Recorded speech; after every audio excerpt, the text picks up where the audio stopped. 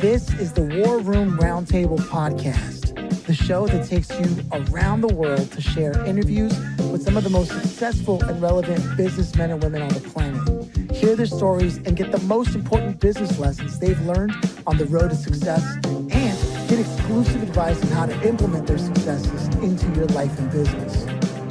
The War Room Roundtable is brought to you by your hosts, Jason Miller, CEO of Strategic Advisor Board, and Phillip Lanos, CEO of Own the Rhythm, and former podcast host for Entrepreneur and Inc. magazine.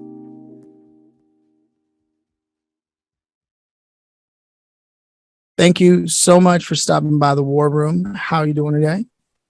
Doing great. How are you? I'm loving it, man. We were listening to your story just before we had hit record, and I know that the listeners are in for a treat. So I got to start off by asking something I love asking everyone. First of all, do you come from a family of entrepreneurs? I do not. My father gave me an incredibly hard time when I came out of school. I had a master's in finance and marketing, had a bachelor's in marketing, and I said I wanted to be a financial advisor. And he was a banker, so he thought financial advisors were all salesmen, which we were. So, you know, I come from a family where safety and benefits are extremely important. So, you know, I had to learn a lot about the whole entrepreneurial mindset very much on my own, with lots of people telling me how dangerous what I was doing coming out of school was. That's really interesting, because anybody who's been in business long enough knows that like sales is like the lifeblood of a business. And then you're in finance. How does that relationship work? Did you struggle with that relationship stepping into that world as a professor, you know, marketing, finance, all that involves sales? Did you struggle with that at all? Yeah, I think, you know, back when I started as a financial advisor, so that was pretty much almost 100% commission based. This is back when, you know, for the millennials and Generation Z who are listening to this podcast, we had something called a phone book, and you'd go into this phone book and call random people to ask them if they wanted your sage financial advice. You know, at the unbelievable age of 23, and so it took a lot of getting used to. But I think from an entrepreneurial perspective, you do two things. You know, first you develop your own niche market, because, you know, the phone book's large, even here in the beautiful state of Delaware.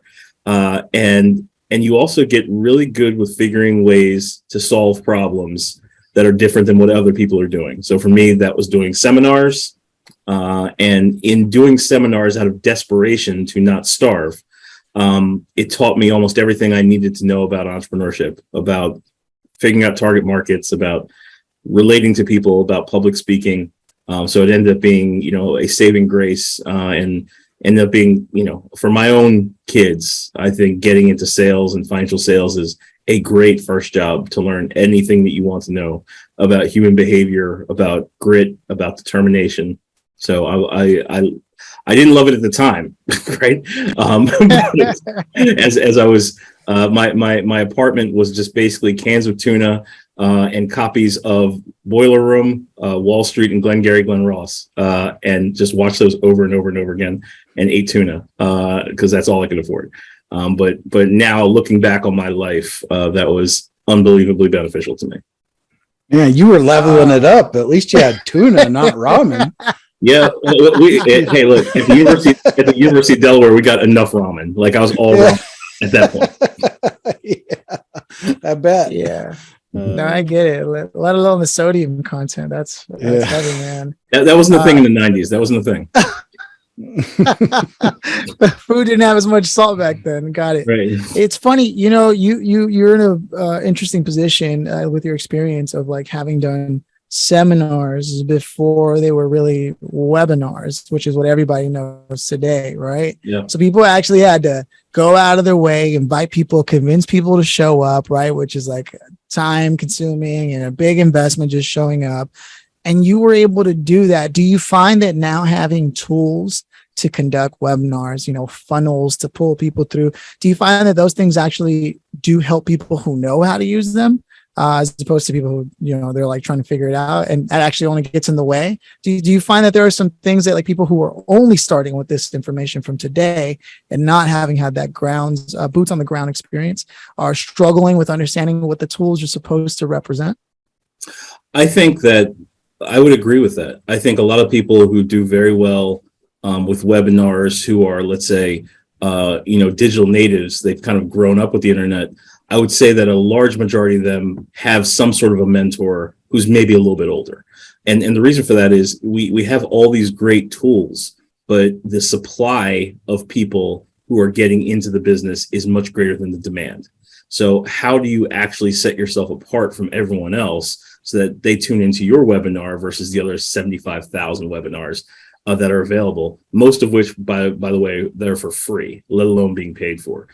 So I think there's some really basic components that we learned before we had online seminars that we bring into webinars. A lot of that is getting a lot of information up front.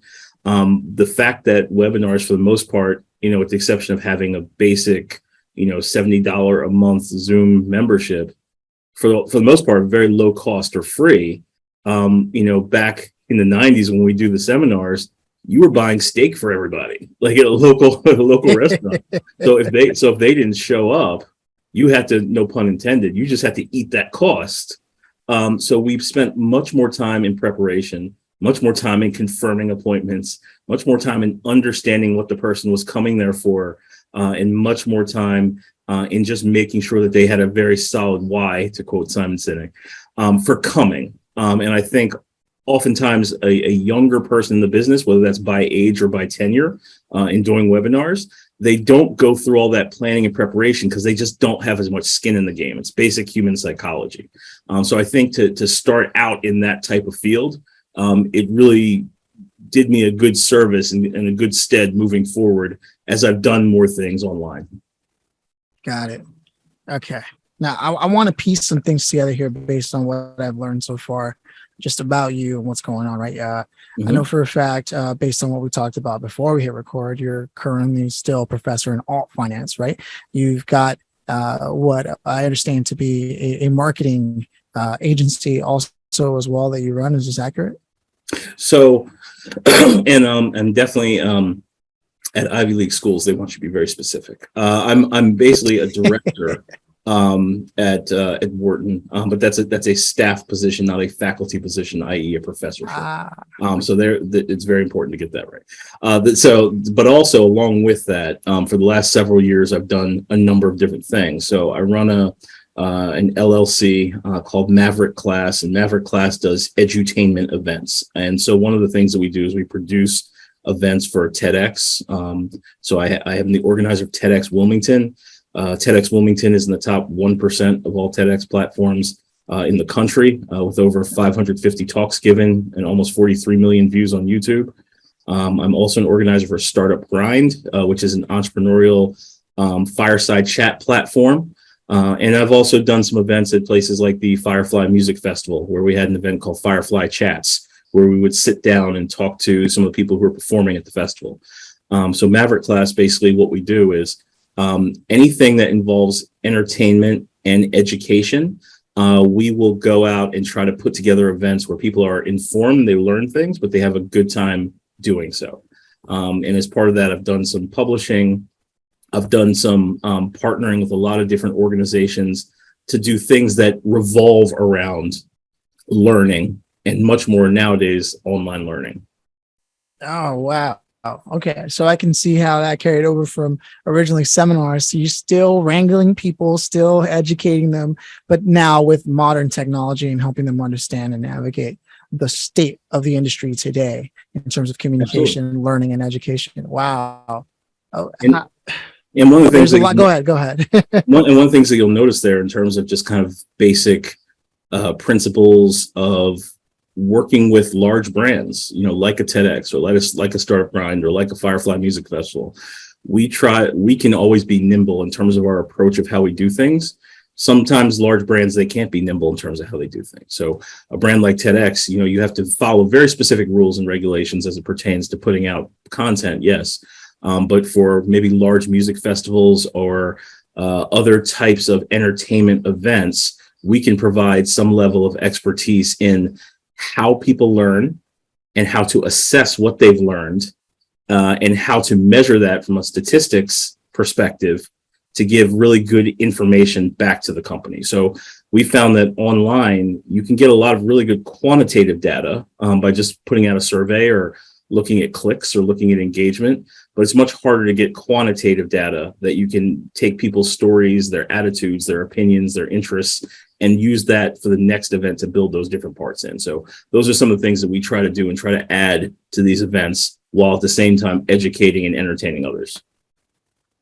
Love it. But I've just realized I've been dragging the conversation along without letting Jason chime in, and I know he's got questions about this. Go ahead, man. Here's what I love. I love how, we start in a place, right? And we're doing this functional thing, right? That's just the thing that's getting us through life, right? Mm-hmm. And then all of a sudden there's an opportunity, and it's like, I wonder if I could do that. And then you leap, right? And you're like, oh, well, that wasn't that bad. And then it's the next leap, and then it's the next leap, and next, right? And you see this journey happen in almost everybody that ever gets into any kind of small business, well, any business period, right? Mm-hmm. But it's really cool hearing the progression from ramen to tuna to steak. So where are we at lobster today? You're describing my waistline here, so it's probably close to like Ben and Jerry's. That progression needs to go back to tuna very quickly. But yeah, I mean, I think in a way that is interesting. And actually, Jason, that might need to be your TEDx talk. I kind of like. Yeah, there you go. You can tell like how I'm doing by my Acme Markets bill. But there you go. I think that is an interesting way to talk about the progression, where it's, you buy the stuff for $1 at the Harrington Market to the University of Delaware. Shout out to UD. Then you go to buying all the different tuna there, where you're trying to be a little bit more healthy, despite the sodium content, to now you're trying to attract a different type of client, the person who's going to eat steak.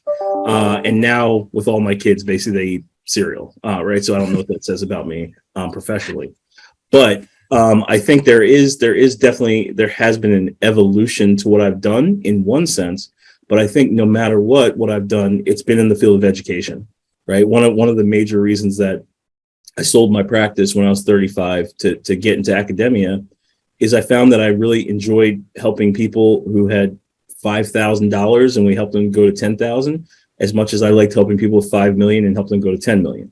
I craved the relationship and I craved the impact, and those different things weren't necessarily impacted by the money I was making. It was more impacted by my relationship with the customers. And I think with education, it's very easy to see the impact from the starting class to the ending class. And I've been lucky enough where I've taught in some way, shape, or form for almost 2 decades now. A month will not go by without me hearing from a former student saying that they've used some sort of phrase or some sort of tricks from my class or something, and just say, thank you, 20 years later. Like, I know I was asleep in your class the whole time I was there, but 20 years later, this is actually relevant to me, right? So that's the best part of any sort of educational entrepreneurial venture, is really seeing the impact and seeing the light bulb go on. I've said that, as a 46-year-old man now, I've always wanted to be in a job that made me feel the same way now as my children felt when they were like 2 years old and they saw bubbles, right? You blow bubbles for the kids and like, oh my God, like, that's awesome. Like, is it magic? Like, what's going on there? And I always wanted to be in a job or in a profession where I could see the bubbles. I could see the light go on above someone's head and see the excitement and see like, wow, I get it. That totally makes sense. I get it now. And there are very few businesses in the world that can do that like education can. Oh man, there's something special about that. We've had on this show many a time. In particular, Jason has driven this emphasis of finding ways to remain as you have been when you were a kid. That curiosity, that openness, that love in your heart, that love for the day and for every experience being more than just an ordinary everyday go around. And you're right. That is the objective that people are pursuing as entrepreneurs, regardless of industry. Is this that's the dragon we chase, if you will, right? For lack of a better metaphor, that's what we're looking for, that kind of magic dust. And I find that, education really is one of the only ones in education / pretty much any industry, right? Whether it's business to business, but business to consumer, tech, health, human resources, all of that. You can / with education, and suddenly, boom, just like that, it now becomes one of the highest callings in life, which is teach, learn, teach, right? Mm-hmm. Absolutely. And, Jason has an entire community of partners strategically that he's been able to build over time. And that's what we do in the community itself. And it's probably why it drives so much interest, even for the show itself, is that ability to teach, learn, teach. And Jason, I'm sure you got some thoughts on that. Yeah. I mean, my thoughts are always this when it comes to, you're absolutely right, Dan. It's like that kid, that feeling of when you're a kid, right? And if you can get up every single day, which is, I'm always excited to wake up every day. When I wake up, I'm up early. I'm a 4 a.m. guy. And I mean, I'm not the guy that kind of just lays there for a while and chills. It's like 4 o'clock, boom, I'm up. Mm-hmm. Hello, day. Right. And I'm excited about everything that's going to happen in that day. And as long as you can do that in your life, there's not much more you can ask for, really, is to be excited. But I watch my kids, how they wake up, and they just wake up and they're going 1,000 miles an hour, just like that. And it's just like, okay, I'm not quite there. I'm not quite still doing that yet. Still got some I got some creaks and cracks now getting out of bed, but the whole point is to wake up excited and engaged and loving what you do. And I'll give you an example of where that ended for me once. I did 23 years in the military. You only got to do 20, right? And I decided to stay another 3 because I was still having fun. The day I stopped having fun was the day I retired, because it just wasn't fun anymore, right? So to me, it's important that you love what you do. And if you really love what you do and you're passionate about it and you're good at it, world's your oyster. Totally. Absolutely. So, yeah.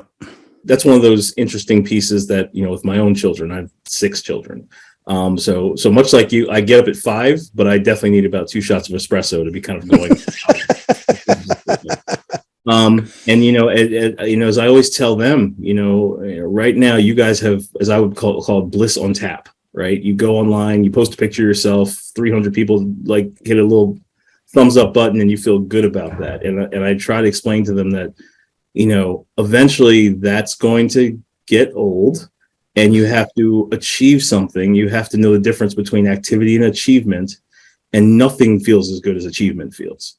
And so, I try to set up really small challenges for them to do and things like that, just so they can feel like they achieved in real time, not in like TikTok time, right? So that's so important to if your mind can conceive it, your body believes it. And so to just jump out of bed, go 100 miles an hour, and your body's like, this guy must be excited. And that's a great way to start your day. Start with some gratitude, start with some exercise. My wife and I walk our dog, and it's incredible how much your body can fool your mind if you just put it into motion, very early on. Wow. You brought up something so key, that time difference in terms of gratification, right? Where, I was born in 89, right? So giving it away there. And I was able to see the difference between when I was a kid and they told you go outside, I don't want to see you in the house, to, drinking out of a water hose kind of thing, throwing dirt clouds at each other, putting metal poles on the train tracks, all that stuff. And now kids are just with a tablet in front of them all day, every day. I'm sure all of us do it for work, but if we had our choice, we'd be anywhere other than in front of a computer and yet right now they're growing up believing in this, like if I made a post, people should be buying from me, like when they're coming into business early or this or that. But given that, I don't think I can say the same, because as I was growing up into the professional world, I had all these tools available to me. But I believe that you two are in a particular position where you can actually say, like, there's a time and a place for things, and there's a certain distance that you have to travel with time in order for things to pay off. And it's something that Jason and I have a talk about all the time, is this long-term thinking and how that works and how that applies in business. And I think that's what you were alluding to with the challenges that you said. It's like, can you go a week without this? Or is this what you're referring to? Absolutely. I mean, you can't click on grit, right? Like that's grit. Click here. Right. Yeah. Like, oh, have grit now. Like that. I mean, that's an impossibility. And so those types of things have to be built in. And, I remember when I was professor in marketing, we would, and the students wouldn't figure this out till later, because they're very slow on the take. But I would design different things to interrupt their end of the year presentations. So power would go out, like a random person would knock on the door, say, hey, did you guys like order a pizza? People would just start going to like coughing fits during the presentations, and all that was orchestrated just to see how they dealt with that issue. Like in a presentation, they stop, they start whining. One young woman started crying. Like you just don't know how you're going to deal with that, because you can't. And obviously, Jason knows this better than most. Being in the military, when you have adversity, you can't go over it, around it, under it. You got to go through it. And I would rather they go through it in my class and then graduate and say, once they get in the real world, say, well, it's not that bad. At least we met through dance class. Which many of them have said. So yeah, no one understands this more, I promise you, than someone who teaches undergraduate classes at a university. And if you've done that for close to 20 years, you see the evolution or de-evolution of young people. In terms of what they will put up with, the amount of imagination they have, what their expectations are. And so not saying it's all bad, right? All these children are much more intelligent than I am at 21 than I am at 46. I'm just much smarter than they are, because I can take less variables and less data and do more with that data and more with those variables. So that's kind of what we have to interject into education in the future. Man, I say this almost once a day, that there are people out there who have done a lot more with a lot less. Absolutely. And it's just a thing that I think really rings true with, like, in particular, people in my age bracket and like the way they view the world. And, I'm a victim of that in certain industries, certain areas of my life. And it's something I'm working on. So while the topic is here, if you could leave behind something for young leaders who are still on the fence about, taking risk and what does that mean, getting into business and things of that nature, what would you say to them, given that all the things that you do, if you had to give them a 3-step, no more than that TED Talk, or what's my rule number 1 TED Talk kind of experience? It's real, and that's real simple, because it's what I say to especially my 14-year-old son all the time. And that's, you're going to be older much longer than you're younger. So take the risks now. Do it now. You have plenty of time to screw up and make up time. His dad is out here, trying to do some things at the age of 46. Jason mentioned that, he spent, 23 years in the military. He got out and started doing some things. You have time. Like people say life is short. Life is not short. Life is long. Life is long and hard. And so, take those chances. People on their deathbed never say, man, I wish I didn't take that chance. So you're gonna be older much longer than you're younger. So don't look back and regret things. Just do it, make it happen. I dig it, man. Before I head off to the grand finale, save for time, I want to turn over to Jason one more time and make sure he gets his questions and insights. Yeah. You know what I love about life? you can do a lot in it. Yeah, that's right. There's a lot that you can do. And, yes, we're here for a very short amount of time on the evolutional scale, right? Right. But when you think about it, like my grandpa, he made it to 92, right? Oh. 92. That's a long time. He's seen a lot of stuff in 92 years, right? And he got to do a lot of things in 92 years. So I think it's up to us, right? Mm-hmm. To really decide, how are we going to pack our most fulfilled life in, right? Mm-hmm. And I think at a bare minimum, that's what we need to be teaching our kids, right? Yep. Because not to skew too far off, but the institution that most of us grew up in, we didn't learn we could break those chains until way later in life. That's where now our kids, we have an opportunity to say, look, you don't have to follow that path, right? Mm-hmm. You can do both of those things at the same time. Mm-hmm. You can walk and chew bubble gum, son, right? So I think that's a really important lesson to take away from what you just said, to tie that into the next lesson, which is probably for another show. Yeah. Oh yeah. So with that said, where would you prefer for people who are listening, who are now engaged and they know all about what you're doing, where you're going with things? What do you want them to know about your next move, and how should they connect with you? Well, anybody can reach me on my email, just my personal email. It's just Dr. Dan Young 79 at Gmail. So it's DrDanYoung 79 at Gmail. I think more than anything else, and we Jason alluded to it, and we'll definitely talk more about it because I'd love to have him there. I'm always looking for ideas. It's one of the things that you just kind of learn in entrepreneurship. Poor people talk about money, rich people talk about things, wealthy people talk about ideas. And so I just try to keep the ideas flowing.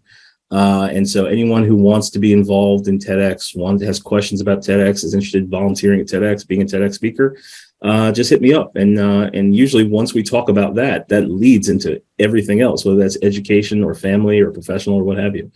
So yeah, just start a dialogue with me. I'm always open, willing, happy to chat with people and share my experiences. And I love to learn about other people's experiences. That's another great part of working in a university. You get to be part of a lot of people's experience. And so would certainly relish that.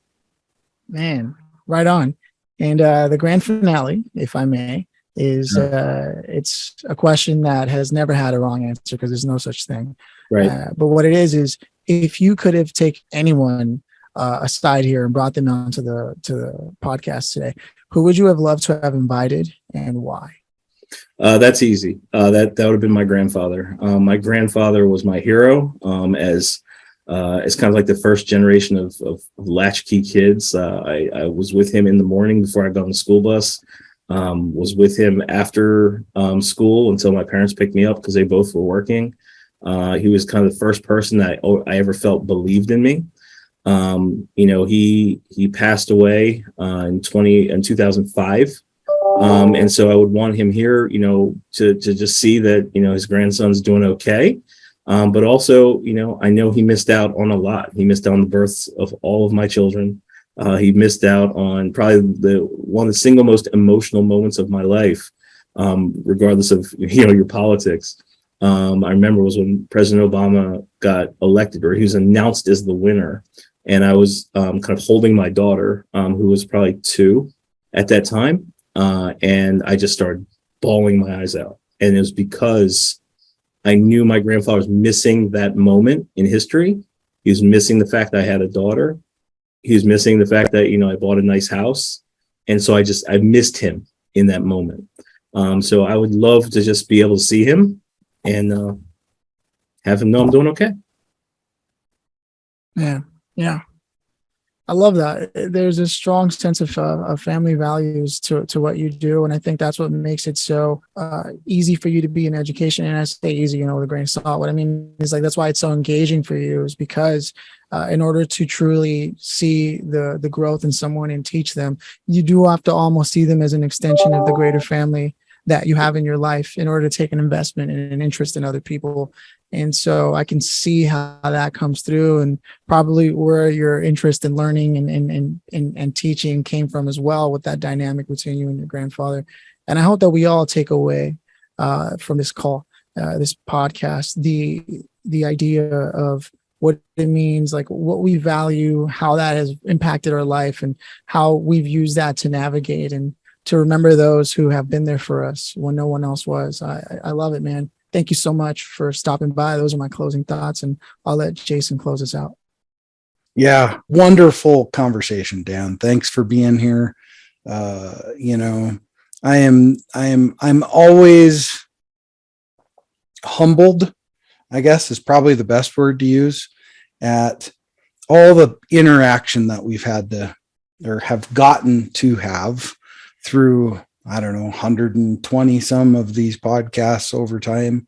And just to know that the world isn't a bad place. There are good people, right? There really are. And, I think it's up to us to make sure we culture that and not let the news cycle get us down and all these things. There's good people, can tell there's lots of goodness in you. You're out there, you're changing the world, my friend. And as long as we're doing it one person at a time, it doesn't matter the how, but Absolutely. Hell, you're changing them millions at a time for sure. So thanks for taking the time to be here, my friend. Very much appreciated that you took the 30 minutes out of your day to share that story and those great insights with us. Absolutely. Thank you both for having me. Appreciate you. Right on. Cheers. All right, take care. Bye.